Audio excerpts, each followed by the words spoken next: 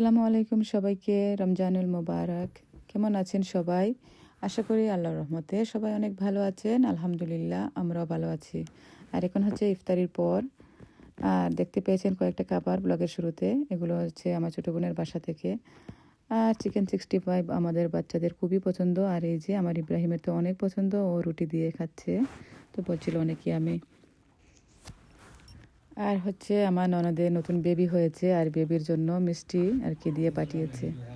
এটা হচ্ছে পরের দিন রবিবার। আর আমার হাতের ফোনটা তো চেঞ্জ করতে হবে। আপনারা সবাই জানেন, আমি গত ব্লকে বলেছি আমার মানে ফোনের ভয়েস ওভার দিতে পারছিলাম না, স্পিকারে প্রবলেম দেখা দিয়েছে, তো ফোনটাকে চেঞ্জ করতে হবে। তো গিয়েছিলাম ফোনের স্টোরে।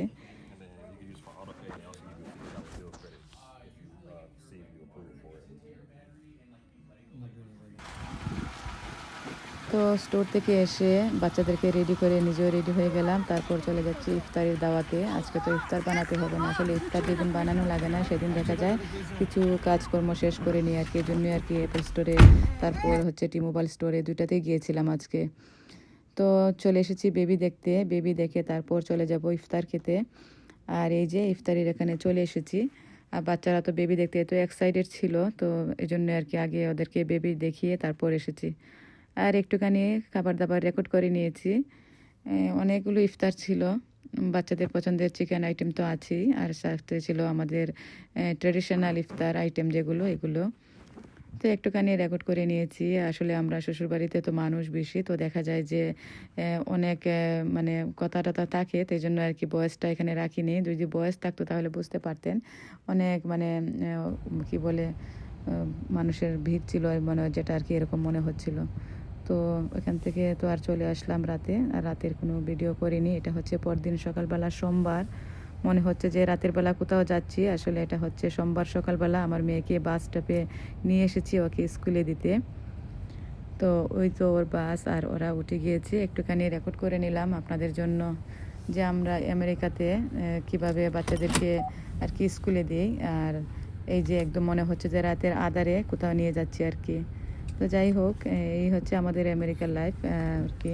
সকাল থেকে শুরু করে দিতে হয়। আর এখন কয়টা বাজে, মনে হয় 7টার মতো হবে। আমি রাতেই সব কিছু বের করে রেখেছিলাম রান্না করার জন্য। আর সকালে যেহেতু আমার স্কুল, বাচ্চাদের স্কুল, সব মিলিয়ে বিজি থাকতে হবে, তো একদম মানে স্কুলে দেওয়ার পাখি পাখি আর কি কাজগুলো শেষ করে নিচ্ছিলাম। আর এই যে পর্দাগুলো ওপেন করে দিচ্ছি। আর ওরাও ঘুম থেকে উঠে গিয়েছে, ওদেরকে বললাম যে রেডি হয়ে যেতে। আমার ইব্রাহিম তো আর রোজাই আছে, শুধুমাত্র ছোটো দুজনের আর কি লাঞ্চ রেডি করব, তারপর ওদেরকে ব্রেকফাস্ট খাইয়ে স্কুলে দেবো। আর ওই পাশে আমি কিন্তু ঘরের অনেক কাজকর্ম শেষ করে নিচ্ছি। আর আজকে ছিল সোমবার, এমনিতেই ব্যস্ত দিন থাকে সোমবার, একদিন বন্ধের পর যখন সোমবার আসে মনে হয় যে ব্যস্ততা বেড়ে যায় এই দিনটাতে। তো কিছু লন্ড্রি ছিল, সকাল সকাল লন্ড্রিও দিয়ে দিয়েছি বাচ্চাদেরকে স্কুলে দিয়ে, তারপর নিজের স্কুলেও যেতে হবে। তো দেখা যাবে যে রান্না করতে করতে অনেকটা লেট হয়ে যাবে, এই জন্য আর কি বেশি রান্নার কাজটা এখন সেরে নিচ্ছি আর কি। যেমন কুটা বাজার কাজটা শেষ করে নিয়ে তারপর রেখে দেব। আর তারপর হচ্ছে লন্ড্রিতে কাপড়গুলো দিয়ে দিয়েছি যাতে করে এটাও মানে শেষ হয়ে যায়, তো ড্রায়ারে দিয়ে তারপর আমি রেডি হয়ে চলে যাব আর কি ওদেরকে নিয়ে। তো সব কিছু শেষ করে বাচ্চাদেরকে নিয়ে বের হয়ে গিয়েছি। আর স্কুলে দেবার টাইমটা কিন্তু একটু ব্যস্ত থাকতে হয়, মানে কি বলবো। তারপর আজকে আরও এক্সট্রা কাজগুলো করে নিয়েছি, তো সব মিলিয়ে সকাল সকালে একটু টায়ার্ড লাগছিল আর কি। আর এই যে এখানে এই যে ক্রস মানে চিহ্নটা আর কি, এটা আমার ছেলে বলছিল একটু রেকর্ড করে নিতে। এটা হচ্ছে প্লেন গিয়েছিল, মনে হচ্ছে যে দুইটা প্লেন গিয়েছিল, তো দুইটা ক্রস হয়ে আছে আর কি। তো এটা খুব পছন্দ করেছে, আর আমাকে বললো যে মাম্মা একটু রেকর্ড করে নাও, পিকচার তুলে নাও। তো ওদেরকে পিক আপ ট্রাপে দিয়ে তারপর ওকে নিয়ে দিচ্ছি হচ্ছে টিচারের কাছে। আর ও যেহেতু প্রি স্কুলে যায়, ওকে কিন্তু একদম টিচারের মানে ডোরে গিয়ে হ্যান্ড ওভার করতে হয় আর কি। তো আমি আমার ক্লাসে চলে এসেছি। তো স্কুল শেষ করে যখন বাসায় যাচ্ছিলাম, এখানে অনেক লম্বা একটা ট্রাফিকে পড়ে গিয়েছিলাম, মানে একটা অ্যাক্সিডেন্ট হয়েছিল আর আমি ট্রাফিকে ছিলাম আর কি। একটুখানি রেকর্ড করে নিয়েছিলাম, আর এই রেকর্ডিংটা আমার হাজব্যান্ডকে পাঠিয়েছিলাম যে এখানে একটা অ্যাক্সিডেন্ট হয়েছে ওকে দেখাতে আর কি। তো বলছিল সাবধানে এসো। তো বাসায় এসে রান্নার কাজ শুরু করে দিয়েছি। জোহরের নামাজের আগে চেষ্টা করব সব কিছু শেষ করে নিতে, আর ওদেরকে বলবো 2টা 2:30টার দিকে এসে আর কি খাবারগুলি নিয়ে যেতে।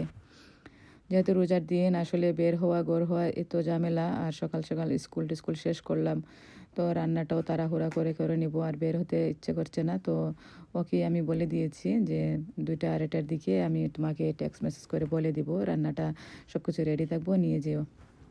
তো এই যে কথা এই কাজ আর কি, আর আমিও সব কিছু শেষ করাতে ব্যস্ত।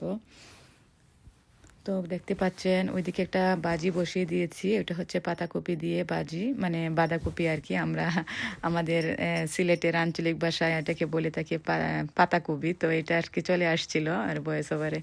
তো যাই হোক, আমরা তো বাঙালি মারতুই ভুল, আসলে কথা বলতে বলতে অনেক সময় কিন্তু ভুলও হয়ে যায় বা আঞ্চলিক ভাষাটা চলে আসতে চায় আর কি।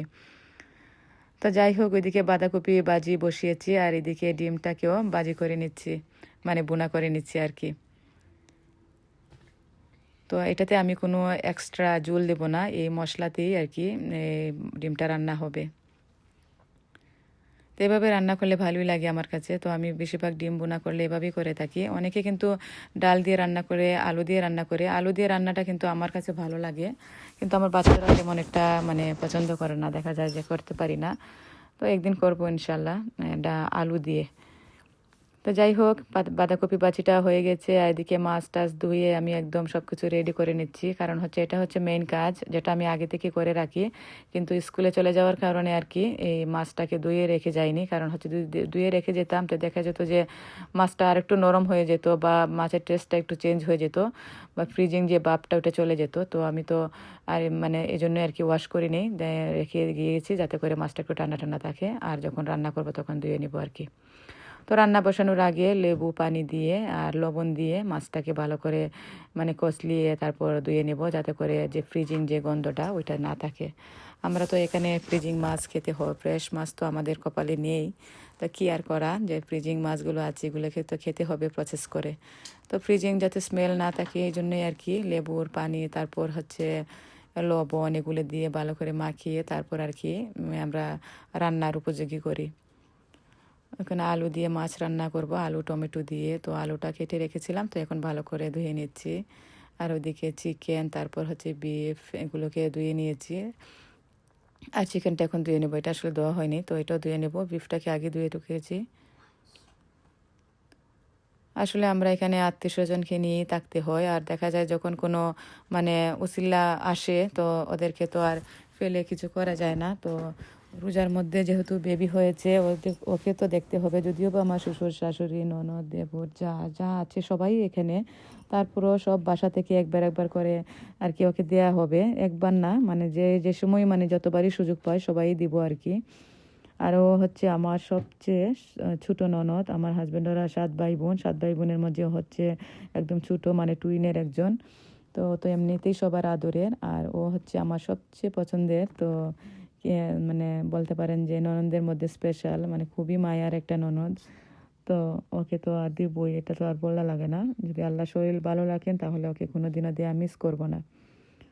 তো যাই হোক, কথা বলে বলে কাজগুলো করে নিচ্ছি, ভালোই লাগে কথা বলে বলে কাজগুলো সেরে নিতে, আর না হলে দেখা যাবে যে অনেক মানে লেটে পড়া যায়, আর ভালোও লাগে না। মাঝে মধ্যে কিন্তু ফোন কলে রেখেও মানে কাজ করে নিতে ভালো লাগে, দেখা যায় যে ফোনে কথা বলছি আর কাজগুলো শেষ হয়ে যাচ্ছে।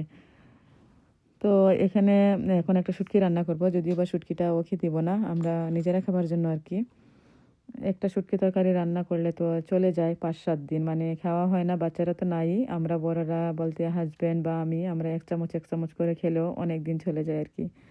আর এই পাশে গরুর মাংসটা মাখিয়ে বসিয়েছিলাম, যাতে করে একটু ইজি হয়, আর এটাকে একটু ডিফারেন্ট করে রানবো, রেগুলারভাবে না, মানে একদম কালো বোনার মতো করে আর কি রানবো। তো আগে দিয়ে মাখিয়ে বসে দিয়েছিলাম, আর এখানে কয়েকটা মাছ ভাজি করে নিচ্ছি, এটাকে ভুনা করব। এটা হচ্ছে তেলাপিয়া পিলেট, মানে কাটা ছাড়া মাছ আর কি। তো এটাকে একটু হলুদ আর লবণ দিয়ে একটু মাখিয়ে নিয়ে আমি একটু ভাজি করে নিচ্ছি, তারপর এটাকে ভুনা করব পেঁয়াজ দিয়ে। ভালোই লাগে এটা মাঝে মধ্যে খেলে, আমার বাচ্চারাও পছন্দ করে। আর ও যেহেতু নতুন মা, ঝাল টাল খেতে পারবে না, তো এই জন্য সব কিছুতে ঝাল কমিয়ে দিচ্ছি। আর হচ্ছে এটা তো মানে ঝালটা কমিয়ে দিব, আর মাছটা দিচ্ছি, কারণ হচ্ছে আমরা মানে শুনতাম দেশে থাকতে বা এখানে আসার পরেও মাছ খেলে নাকি ভালো, মায়েদের জন্য, বাচ্চা দুধ টুধ পায় এরকম আর কি। জানি না এটা কতটুকু সত্য, শুনেছি। তো আমি ওকেও মাছের আইটেম দিচ্ছি 2টা, তারপর ডিম, চিকেন, তারপরে হচ্ছে বিফ, সব কিছু মিলিয়ে আর কি দিচ্ছি। আর চিকেনটা রানবো একদম রোস্টের মতো করে, মানে কুরমা স্টাইলে। তো একটু সাদা পোলাও করে নিব যাতে করে চিকেনটা দিয়ে খেতে পারে। আর ওর একটা মেয়ে আছে, তো ও খেতে পারবে। বাচ্চাদের মতো মানে জাল টাল কমিয়ে দিয়ে তারপর রান্না করে নিচ্ছি। যদিও বা আমি এমনি তো জাল কম দিয়ে রান্না করি, জাল বেশি আমি একদম পছন্দ করি না, কারণ হচ্ছে আমার বাচ্চারা খায় না। আমি যেহেতু জাল মানে খাই, তো আমি এক্সট্রা কাঁচামরিচ নিয়ে তারপর খেয়ে নিই আর কি, যাতে করে আমার ঝালটাও খাওয়া হলো আর বাচ্চারাও মানে জাল পেলো না, এই আর কি। তো আর এই যে তরকারির যে কালারটা আনার জন্য আমি একটু কাশ্মীরি চিলি পাউডার এটা দিয়ে দিই, যাতে করে তরকারিতে একটু সুন্দর কালার আসে। না হলে কিন্তু মানে মরিচের যে কালারটা না আসাতে তরকারিটা একদম সাদা সাদা হয়ে থাকে, বা হলুদের কালারটা শুধু থাকে, দেখতে ভালো লাগে না। তো এই জন্য একটি কাশ্মীরি চিলি পাউডার দিয়ে থাকি। আর এই যে টমেটো দিয়ে মাছ দিয়ে ভালো করে নাড়াচাড়া দিয়ে ঝোলটা দিয়ে দিয়েছি। এই মাছের তরকারিটা কিন্তু খুবই মজা হয়েছিল। আমি সাধারণত টমেটো আলাদা রান্না করি বা আলু আলাদা রান্না করি, মিক্স করে করি না। আজকে মিক্স করে করলাম, খেতে কিন্তু খুবই মজা হয়েছিল। আর এই যে কয়েকটা পিস মাছ ভুনা করে নিয়েছি, শুধুমাত্র ওকে দেব। তো বেশি করে ধনিয়া পাতা দিয়ে এখন এটা নামিয়ে নেব। এপাশে টমেটো হয়েছে, এটাকে ধনিয়া পাতা দিয়ে নামিয়ে নেব। আর ধনিয়া পাতা না দিলে তো আমার কাছে মনে হয় কি যেন তরকারিতে মিসিং হয়ে আছে, মানে তরকারিটা দেখতেই আর ভালো লাগে না। তো এই জন্য আর কি আমি ধনিয়া পাতাটা সবসময় এক্সট্রা করে বাসায় কিনে রাখি। যদি দেখি যে শেষ হয়ে যাচ্ছে, তাহলে একটা থাকতে আর একটা আর কি কিনে নিয়ে আসি। তো ওই পাশে মাছের তরকারি রান্না শেষ, টমেটো রান্না শেষ, তারপর কি বলে ডিম রান্না শেষ, দুইটা মাছের তরকারি রান্না শেষ। আর আমি এখানে চিকেনটা একদম কুরমা স্টাইলে রান্না করে নিচ্ছি, দেখতে পাচ্ছেন। পেঁয়াজ টেয়াজ দিয়ে একসাথে মাখিয়ে নিচ্ছি, মানে মশলা দিয়ে ভেজে ভেজে তারপর রান্নাটা করে নিচ্ছি। আর কালারের জন্য অল্প একটু কাশ্মীরি চিলি পাউডার দিয়েছি। আর আলাদা একটা মশলা আমি বানিয়ে নিয়েছি, সব মানে কিশমিশ, তারপর হচ্ছে কাজু বাদাম, পেস্তা বাদাম যা আছে বাদাম টাদাম দিয়ে আমি এটা হোমমেড মশলা বানিয়ে দিই কুরমাতে দেওয়ার জন্য। তো এটা বানিয়ে ওই তো দিয়ে দিলাম। দিয়ে এখন খুব ভালো করে নাড়াচাড়া করে এটাকে একটু কষিয়ে নেবো আর কি, যাতে করে এই এক্সট্রা যে মশলাটা দিয়েছি আমার হাতের বানানো, এটা এটার সাথে খুব ভালোভাবে মিশে যায়। তো এই পর্যায়ে একটু ঝোল দিয়ে দিয়েছি, খুবই অল্প পরিমাণে আর কি। দুধ দিতে পারতাম, কিন্তু আমি একটু ঝোল দিয়েছি যাতে করে ও রেগুলার সাদা ভাতের সাথেও খেতে পারে, এই জন্যই আর কি।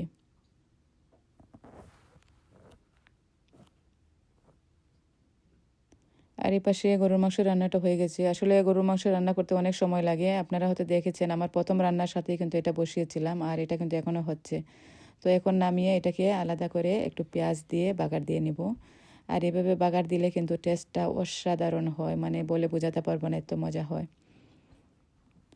তো আর দেখতে পাচ্ছেন আমি ছোটো ছোটো হাঁড়িতে রান্না করেছি, এগুলো কিন্তু ওকে দিব আমিও রাখবো। কিন্তু আমার বাসায় আসলে রমজান মাসে তেমন একটা খাওয়া হচ্ছে না, এই জন্য আর কি একদম অল্প পরিমাণে আর কি আমার জন্য আমি রান্না করি, যাতে করে শেষ হয়ে যায়। কিন্তু শেষ হয়ে যায় বললেও 2 দিন যাচ্ছে আর কি।